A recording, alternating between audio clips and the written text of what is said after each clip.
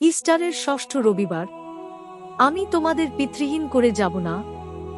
যোহন লিখিত সুসমাচার। খ্রিস্টে প্রিয় ভাই ও বোনেরা, একটি কথা আছে যা আমাদের অনেকেরই আগে শোনা।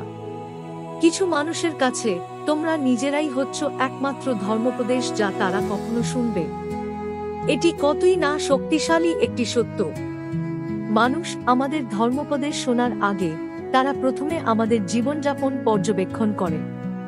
তারা দেখে আমরা কিভাবে কথা বলি, কিভাবে ক্ষমা করি, জীবন যখন কঠিন হয়ে ওঠে তখন আমরা কিভাবে প্রতিক্রিয়া জানাই। তারা দেখে আমরা কিভাবে দুর্বল, দরিদ্র, বয়োজ্যেষ্ঠ, নিঃসঙ্গ এবং সেই সব মানুষের সাথে আচরণ করি যারা বিনিময়ে আমাদের কিছুই দিতে পারে না। কখনো কখনো সুসমাচারের সবচেয়ে স্পষ্ট বার্তাটি কোনো ধর্মমঞ্চ থেকে প্রচারিত হয় না, বরং তা ধৈর্য, দয়া, ক্ষমা, আত্মত্যাগ এবং ভালোবাসার মধ্য দিয়ে নীরবে প্রচারিত হয়। আজ যোহন লিখিত সুসমাচারে যিশু তাঁর শিষ্যদের সাথে শেষ ভোজের সময় কথা বলছেন। এগুলি কোনো সাধারণ বা মামুলি কথা নয়, এগুলি হলো বিদায়কালীন কথা। যিশু জানেন যে ক্রুশবিদ্ধ হওয়ার সময় আসন্ন। তিনি জানেন যে তাঁর শিষ্যরা শীঘ্রই ভীত, বিভ্রান্ত, অসহায় এবং পরিত্যক্ত বোধ করবে। আর তাই তিনি তাদের সাথে কেবল একজন শিক্ষক হিসেবেই নয়, বরং একজন প্রেমময় বন্ধু হিসেবেও কথা বলছেন। তিনি বলেন, যদি তোমরা আমাকে ভালোবাসো তবে আমার আজ্ঞা পালন করবে। আমি তোমাদের পিতৃহীন করে যাব না। আমি পিতার কাছে প্রার্থনা করব এবং তিনি তোমাদের আরেকজন সহায় বা প্যারাক্লিট দান করবেন। শুরুতে এই কথাগুলো হয়তো আদেশ বা বাধ্যবাধকতা বলে মনে হতে পারে, কিন্তু যিশু এখানে ভয়ের কথা বলছেন না। তিনি এখানে সম্পর্কের কথা বলছেন। মানব জীবনে প্রায়শই ভালোবাসা আর নিয়ন্ত্রণ, এই দুটি বিষয় একে অপরের সাথে মিশে যায়। কখনো কখনো বাবা মা বলেন, তুমি যদি সত্যিই আমাকে ভালোবাসো তবে আমি যা চাই তুমি তাই করবে। কখনো কখনো প্রত্যাশা পূরণ না হলে পরিবারগুলো তাদের ভালোবাসা ফিরিয়ে নেয়। কখনো কখনো বাধ্যতা হয়ে দাঁড়ায় এক বোঝা যা মানুষ কেবল প্রত্যাখ্যাত হওয়ার ভয়েই বহন করে চলে। কিন্তু যিশু সম্পূর্ণ ভিন্ন। যিশু কখনোই বলেন না, যদি তুমি আমাকে হতাশ করো তবে আমি তোমাকে ভালোবাসা বন্ধ করে দেব। এমনকি যখন পিতর তাঁকে 3 বার অস্বীকার করেন তখনও যিশু পিতরকে পরিত্যাগ করেন না।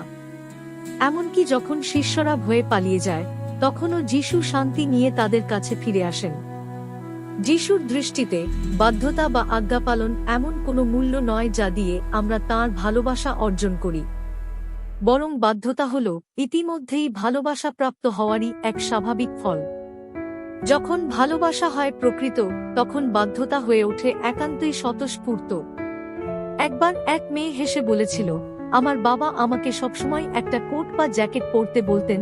তার বাবা বহু বছর আগেই মারা গিয়েছিলেন, তবুও সে তার উপদেশ মেনে চলত।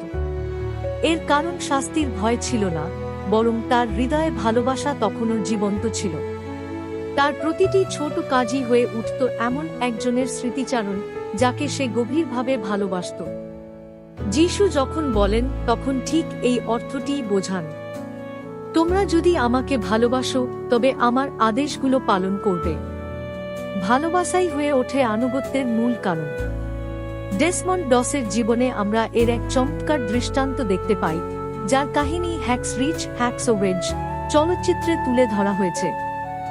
ডেসমন্ড ডস ছিলেন গভীর খ্রিস্টীয় আস্থা সম্পন্ন একজন মানুষ। তিনি এই আদেশটিতে গভীরভাবে বিশ্বাস করতেন, তুমি কাউকে হত্যা করবে না। দ্বিতীয় বিশ্বযুদ্ধের সময় তিনি একজন চিকিৎসাকর্মী হিসেবে সেনাবাহিনীতে যোগ দেন, কিন্তু অস্ত্র বহন করতে তিনি অস্বীকৃতি জানান। অন্য সৈন্যরা তাকে নিয়ে উপহাস করত, তারা তাকে অপমান করত, তারা তাকে দুর্বল ও ভীরু বলে গালি দিত, কারণ সে বন্দুক হাতে যুদ্ধ করতে চাইত না। এরপর ওকিনাওয়ার সেই ভয়াবহ যুদ্ধ। চারদিকে তখন বুলেটের বৃষ্টি ঝরছিল। তার চোখের সামনেই একের পর এক সৈন্য প্রাণ হারাচ্ছিল।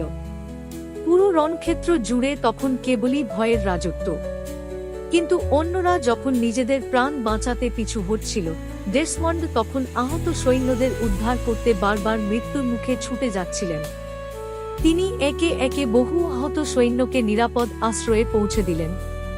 আর প্রতিবার যখন তিনি রণক্ষেত্রে ফিরে আসতেন, তখন কেবল একটি সরল প্রার্থনা করতেন, হে প্রভু, আমাকে আরও একজনকে উদ্ধার করার শক্তি দাও, আরও একজন। বারবার অবিরাম। কোনো অস্ত্র বহন না করেই তিনি ৭৫-এরও বেশি সৈন্যের প্রাণ বাঁচিয়েছিলেন। ভাই ও বোনেরা, সেই আনুগত্য প্রদর্শন করা মোটেও সহজ ছিল না। এর জন্য চড়া মূল্য দিতে হয়েছিল। এর জন্য প্রয়োজন ছিল অসীম সাহসের, প্রয়োজন ছিল আত্মত্যাগের। কিন্তু এর মূলে ছিল ভালোবাসা, ঈশ্বরের প্রতি ভালোবাসা, মানব জীবনের প্রতি ভালোবাসা এবং প্রতিবেশীর প্রতি ভালোবাসা। এটাই হলো খ্রিস্টীয় আনুগত্য। এটি কেবলই কিছু রীতিনীতি বা নিয়মকানুন যান্ত্রিকভাবে মেনে চলা নয়। এটি ভয়ের বশবর্তী হয়ে ধর্ম পালন করাও নয়, বরং এটি হলো ভালোবাসারই এক দৃশ্যমান রূপ। যিশু জানেন যে এই ধরনের ভালোবাসা প্রদর্শন করা কতটা কঠিন। তিনি জানেন যে এই পৃথিবী আমাদের ক্ষতবিক্ষত করে দিতে পারে। তিনি জানেন এমন অনেক মুহূর্ত আসে যখন আমরা নিজেদের পরিত্যক্ত, ক্লান্ত, নিঃসঙ্গ, বিস্মৃত এবং আধ্যাত্মিকভাবে শূন্য বলে অনুভব করি। ঠিক এই কারণেই আজ তিনি সুসমাচারগুলোর, গসপেলস মধ্যে অন্যতম এক কোমল ও হৃদয়স্পর্শী প্রতিশ্রুতি আমাদের দান করছেন। আমি তোমাদের অনাথের মতো একা ফেলে যাব না। কি চমৎকার একটি বাক্য! আজকের পৃথিবীতে এমন অনেক মানুষ আছেন যারা নিজেদের অনাথের মতোই অনুভব করেন, যেসব সন্তান বাবা মায়ের কাছ থেকে মানসিক বা আবেগীয় বঞ্চনার শিকার, যেসব বয়োজ্যেষ্ঠ মানুষ সমাজের কাছে বিস্মৃত, যেসব তরুণ তরুণী নির্বে মানসিক উদ্বেগের সাথে লড়াই করে চলেছে, যেসব পরিবার পারস্পরিক বিভেদের কারণে ভেঙে চুরমার হয়ে গেছে, যেসব মানুষ এমন কোনো গভীর শোকের বোঝা বয়ে বেড়াচ্ছে যা বোঝার মতো কেউ নেই, এবং যেসব মানুষ হাজারো মানুষের ভিড়ে থেকেও নিজেদের ভীষণ একা ও নিঃসঙ্গ মনে করে। শিষ্যরাও এই ভয় অনুভব করেছিলেন। যিশু তাদের ছেড়ে চলে যাচ্ছিলেন। ক্রুশ ছিল সন্নিকটে। সবকিছুই অনিশ্চিত মনে হচ্ছিল। কিন্তু যিশু বলেন, তোমরা একা নও। আর পবিত্র আত্মা প্রদানের মাধ্যমে তিনি তা প্রমাণ করে দেন। তামিল চলচ্চিত্র আরামে এই ধরনের ভালোবাসার এক শক্তিশালী চিত্র ফুটে উঠেছে। গল্পটিতে একটি ছোট্ট মেয়ে পরিত্যক্ত এক গভীর নলকূপের বউয়া ভেতর পড়ে যায়। সে অন্ধকারের মাঝে আটকা পড়ে থাকে। তার পরিবার হয়ে পড়ে অসহায়। সরকারি কর্মকর্তারা কালক্ষেপণ করতে থাকেন। প্রচলিত ব্যবস্থাগুলো ব্যর্থ হয়ে যায়। ধীরে ধীরে সবাই আশা হারাতে শুরু করে।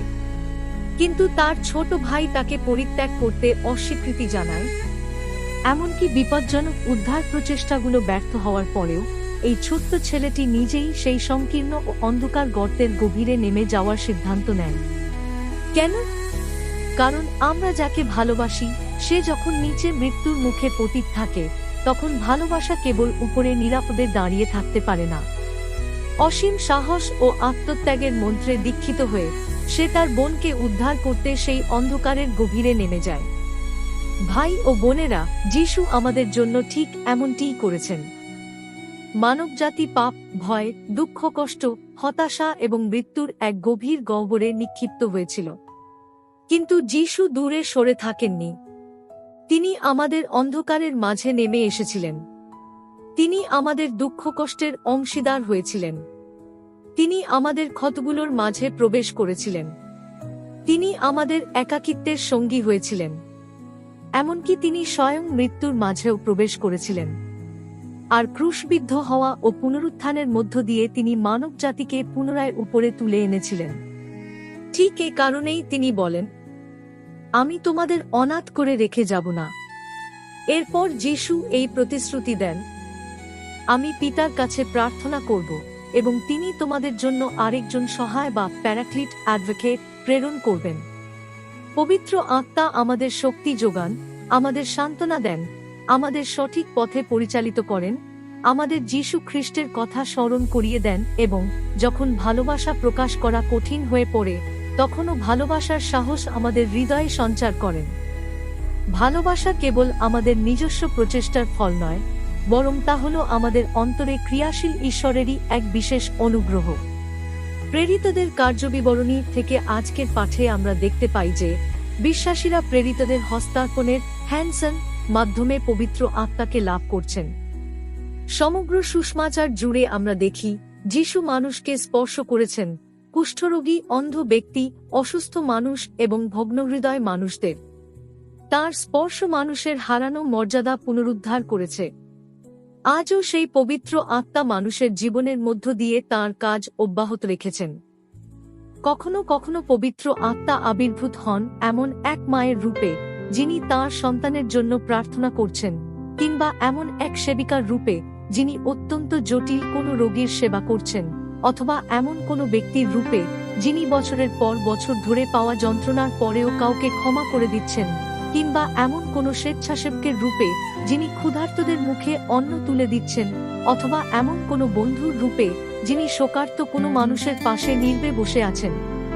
পৃথিবীর মানুষ হয়তো পবিত্র আত্মাকে পুরোপুরি অনুধাবন করতে পারে না, কিন্তু আমাদের জীবনের মধ্য দিয়ে প্রকাশিত সেই পবিত্র আত্মার সুফল বা ফলগুলো তারা ঠিকই দেখতে পায়। আর ঠিক এ কারণেই এই উক্তিটি চিরসত্য। কিছু মানুষের কাছে তোমরা নিজেরাই হচ্ছ সেই একমাত্র ধর্মোপদেশ যা তারা তাদের সারা জীবনে শোনার সুযোগ পাবে। খ্রিস্টধর্ম কেবল আচার অনুষ্ঠান, রীতিনীতি কিংবা সপ্তাহে একবার গির্জায় উপস্থিত থাকার বিষয় নয়। এটি হলো খ্রিস্টের জীবন্ত সাক্ষী হয়ে ওঠার বিষয়। আমাদের ধৈর্য, সততা, করুণা, ক্ষমা, সাহস এবং যারা বিপদে পড়েছে তাদের সাহায্য করার সদিচ্ছার মাঝেই মানুষ যেন যিশুকে খুঁজে পায়। কখনো কখনো মানুষের পড়া একমাত্র বাইবেলটি হলো আমাদেরই জীবন। আর সম্ভবত সবচেয়ে বড় ট্র্যাজেডি এটি নয় যে পৃথিবী খ্রিস্টকে প্রত্যাখ্যান করে। সবচেয়ে বড় ট্র্যাজেডি হলো তখন যখন খ্রিস্টানরা খ্রিস্টের প্রতিচ্ছবি ফুটিয়ে তুলতে ব্যর্থ হয়। তাই আজ যিশু আমাদের প্রত্যেকের কাছে একটি অত্যন্ত ব্যক্তিগত প্রশ্ন রাখছেন, তুমি কি আমাকে ভালোবাসো? আর যদি আমাদের উত্তর হ্যাঁ হয়, তবে সেই ভালোবাসা অবশ্যই দৃশ্যমান হয়ে উঠতে হবে আমাদের গৃহে, আমাদের কথাবার্তায়, আমাদের প্যারিশ বা মণ্ডলীর মাঝে, আমাদের কর্মক্ষেত্রে, সামাজিক যোগাযোগ মাধ্যমে, এমনকি কঠিন স্বভাবের মানুষদের সাথে আমাদের আচরণে এবং দুঃখ কষ্টের প্রতি আমাদের প্রতিক্রিয়ার মধ্যেও। আমাদের কথা যেন শান্তি বয়ে আনে, আমাদের কাজ যেন আশা জাগিয়ে তোলে, আমাদের জীবন যেন যিশু খ্রিস্টের করুণাকে প্রতিফলিত করে। আর যখনই আমরা নিজেদের দুর্বল, পরিত্যক্ত কিংবা ভীত অনুভব করি, তখন যেন আমরা তাঁর এই প্রতিজ্ঞাটি দৃঢ়ভাবে আঁকড়ে ধরি, আমি তোমাদের অনাথ করে রেখে যাব না। পবিত্র আত্মা আমাদের সাথে আছেন, খ্রিস্ট আমাদের সাথে আছেন, আর আমরা কখনোই একা নই। আমেন।